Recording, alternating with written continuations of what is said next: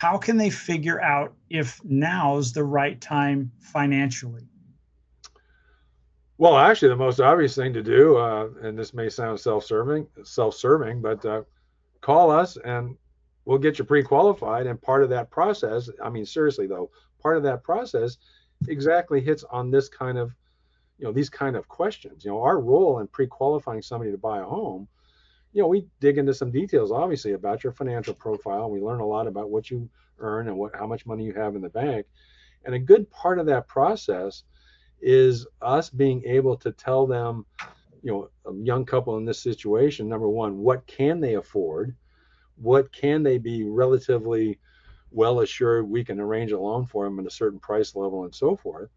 That is going to be very helpful to the family to know that information very specifically so that they're comfortable feeling like it's an okay time for them to buy. Now, part of that process, unfortunately, sometimes is we have to be the ones to say, no, you're not in a good position.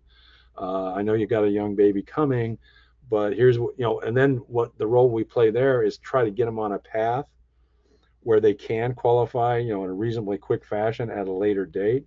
So we get into a situation where we go through a pre-qual process, and in a case where we determine we can't get them to where they want to go with homeownership right away, then what we try to do is determine what needs to change in order for them to get there and give them some real good ideas about how to do that. Well, I've noticed just here in the Coachella Valley, and I travel a little bit Arizona, and I see the same thing. A tremendous number of multifamily houses, apartments are being put together. And my niece, who lives in Arizona, when she said she was moving, I just casually asked, well, what is the rent? And when she told me, I was just absolutely flabbergasted because she's going to have to rent with two other people. And she's an architect, so she does really well. And but the cost of renting.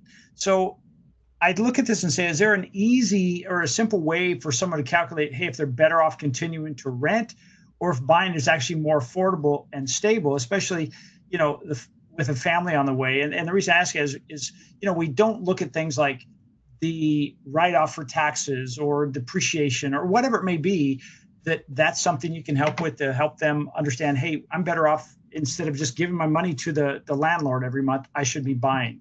Well, exactly right. In fact, you hit on a couple of very good points. Number one is a lot of folks um, who are renting, and I think they should know, I mean, they're paying rent themselves, is like, but a lot of folks maybe who aren't even renting and they're still living at home, uh, is, rents are pretty high. And I think in a lot of cases, people who are renting and paying those very high rents don't have a real handle on how much that rent payment they're making, how far that would go in terms of having a mortgage where they could own instead of rent for that payment. Now, I'm not going to say that a majority of homes out there listed for sale, even with a modest down payment, are going to have a monthly payment as low as what you're paying in rent. But the gap between the two is, in a lot of cases, not as wide as people think. So that's number one, is to raise that awareness.